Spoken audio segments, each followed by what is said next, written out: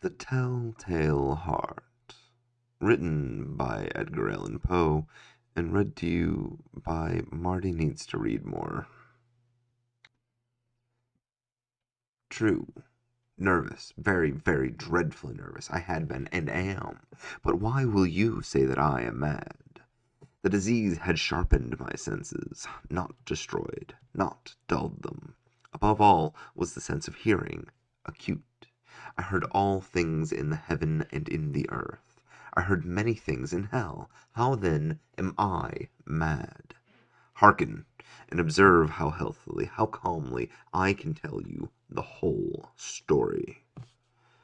It is impossible to say how first the idea entered my brain, but once conceived, it haunted me day and night. Object there was none. Passion there was none. I loved the old man. He had never wronged me. He had never given me insult. For his gold, I had no desire. I think it was his eye. Yes, it was this. One of his eyes resembled that of a vulture, a pale blue eye with a film over it. Whenever it fell upon me, my blood ran cold, and so, by degrees, very gradually, I made up my mind to take the life of the old man, and thus rid myself of the eye forever. Now, this is the point. You fancy me mad. Madmen know nothing, but you should have seen me. You should have seen how wisely I proceeded, with what caution, with what foresight, with what dissimulation I went to work. I was never kinder to the old man than during the whole week before I killed him. And every night, about midnight, I turned the latch of his door and opened it. Oh, so gently. And then, when I had made an opening sufficient for my head, I put in a dark lantern, all closed, so that no light shone out, and then I thrust in my head. Oh, you would have laughed to see how cunningly I thrust it in. I moved it slowly, very, very slowly, so that I might not disturb the old man's sleep. It took me an hour to place my whole head within the opening, so far that I could see him as he lay upon his bed. Would a madman have been so wise as this? And then, when my head was well in the room, I undid the lantern, cautiously, oh, so cautiously, for the hinges creaked. I undid it just so much that a single thin ray fell upon the vulture eye. And this I did for 7 long nights, every night just at midnight. But I found the eye always closed, and so it was impossible to do the work. For it was not the old man who vexed me, but his evil eye. And every morning when the day broke, I went boldly into his chamber and spoke courageously to him, calling him by name in a hearty tone, and inquiring how he had passed the night. So you see, he would have had to have been a very profound old man indeed to suspect that every night, just at 12, I looked in upon him while he slept. Upon the 8th night, I was more than usually cautious in opening the door. A watch's minute hand moves more quickly than did mine.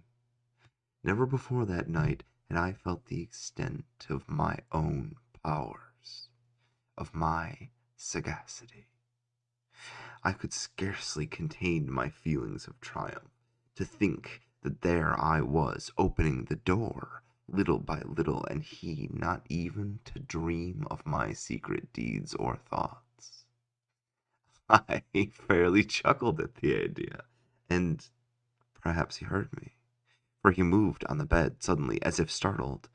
Now you may think that I drew back, but no, his room was as black as pitch, with a thick darkness, for the shutters were close-fastened through fear of robbers.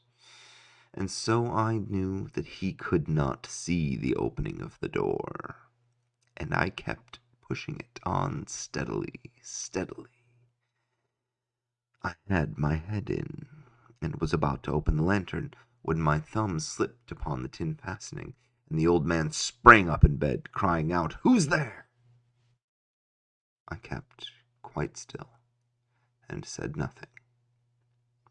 For a whole hour I did not move a muscle, and in the meantime I did not hear him lie down.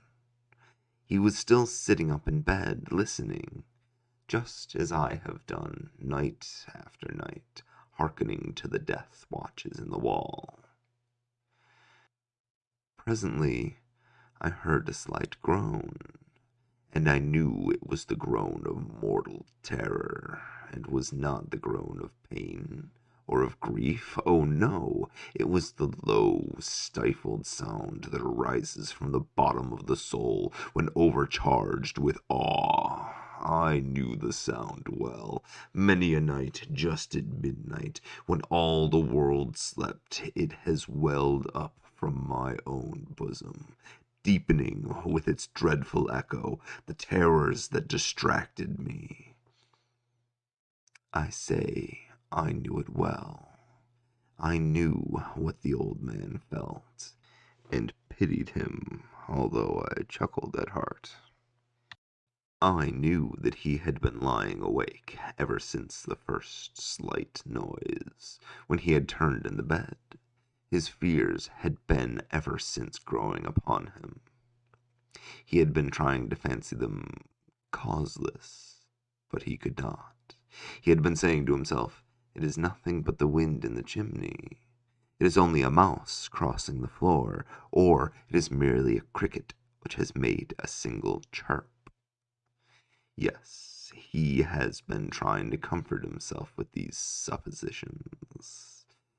But he had found all in vain because death, in approaching him, had stalked with his black shadow before him, and enveloped the victim.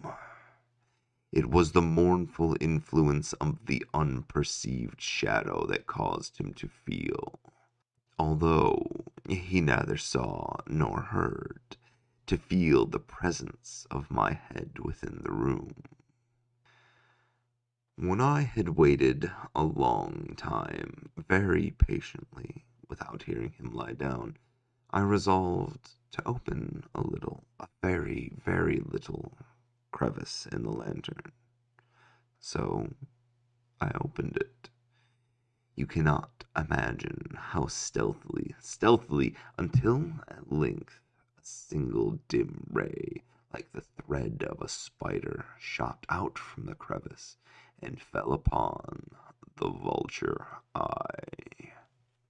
It was open, wide open, and I grew furious as I gazed upon it. I saw it with perfect distinctness, all a dull blue, with a hideous veil over it that chilled to the very marrow in my bones. But I could see nothing else of the old man's face or person, for I had directed the ray, as if by instinct, precisely upon the damned spot. And now, have I not told you that what you would mistake for madness is but over-acuteness of the senses? Now I say, there came to my ears a low, dull, quick sound, such as a watch makes when enveloped in cotton. I knew that sound well, too. It was the beating of the old man's heart. It increased my fury as the beating of a drum stimulates the soldier into courage. But even yet I refrained and kept still. I scarcely breathed. I held the lantern motionless. I tried how steadily I could maintain the ray upon the eye. But even yet I refrained and kept still. I scarcely breathed. I held the lantern motionless. I tried how steadily I could maintain the ray upon the eye. Meantime, the hellish tattoo of the heart increased. It grew quicker and quicker, and louder every instant. The old man's terror must have been extreme. It grew louder, I say, louder every moment. Do you mark me well? I have told you that I am nervous, so I am. And now, at the dead hour of the night, amid the dreadful silence of that old house, so strange a noise as this excited me to uncontrollable terror. Yet for some minutes longer I refrained and stood still. But the beating grew louder. I thought the heart must burst. And now a new anxiety seized me. The sound would be heard by a neighbor. The old man's hour had come. With a loud yell, I threw open the lantern and leaped into the room. He shrieked once only. In an instant, I dragged him to the floor and pulled the heavy bed over him. I then smiled gaily to find the deed so far done. But for many minutes the heart beat on with a muffled sound. This, however, did not vex me. It would not be heard through the wall. At length it ceased. The old man was dead. I removed the bed and examined the corpse. Yes, he was stone dead. I placed my hand upon the heart and held it there many minutes. There was no pulsation. He was stone dead. His eye would trouble me no more. If still you think me mad, you will think so no longer when I describe the wise precautions I took for the concealment of the body. The night waned, and I worked hastily, but in silence. First of all, I dismembered the corpse. I cut off the head and the arms and the legs. Then I took up 3 planks from the flooring of the chamber and deposited all between the scantlings. I then replaced the boards so cleverly, so cunningly, that no human eye, not even his, could have detected anything wrong. There was nothing to wash out. No stain of any kind, no blood spot whatever. I had been too wary of that. A tub had caught all. When I made an end of these labors, it was 4 o'clock, still dark as midnight. As the bell sounded the hour, there came a knocking at the street door. I went down to open it with a light heart, for what had I now to fear?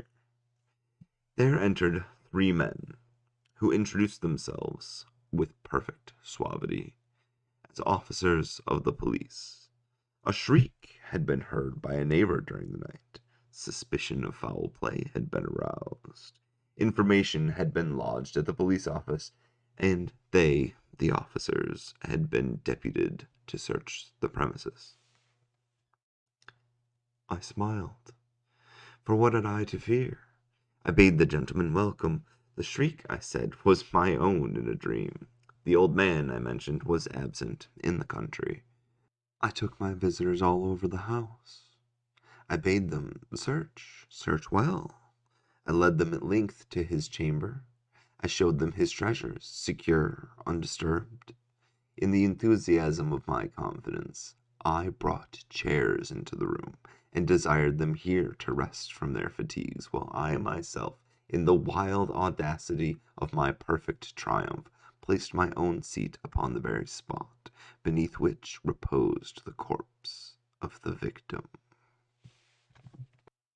The officers were satisfied. My manner had convinced them. I was singularly at ease. They sat, and while I answered cheerily, they chatted of familiar things. But ere long, I felt myself getting pale, and wished them gone. My head ached, and I fancied a ringing in my ears. But still they sat and still chatted. The ringing became more distinct. It continued, and became more distinct. I talked more freely to get rid of the feeling, but it continued, and I gained definitiveness, until at length I found that the noise was not within my ears. No doubt I now grew very pale, but I talked more fluently and with a heightened voice, yet the sound increased. And what could I do? It was a low, dull, quick sound, much such as a watch makes when enveloped in cotton. I gasped for breath, and yet the officers heard it not. I talked more quickly, more vehemently, but the noise steadily increased. I arose and argued about trifles in a high key with violent gesticulations, but the noise steadily increased. Why would they not be gone? I paced the floor to and fro with heavy strides, as if excited to fury by the observations of the men, but the noise steadily increased. Oh God! What could I do? I foamed, I raved, I swore. I swung the chair upon which I had been sitting. I grated it upon the boards, but the noise arose over and continually increased. It grew louder, louder, louder, and still the men chatted pleasantly and smiled. Was it possible they heard it not? Almighty God, no, no, they heard, they suspected, they knew, they were making a mockery of my horror. This I thought, and this I think, but anything was better than this agony. Anything was more tolerable than this derision. I could bear those hypocritical smiles no longer. I felt that I must scream or die. And now again, hark! Louder, louder, louder, louder!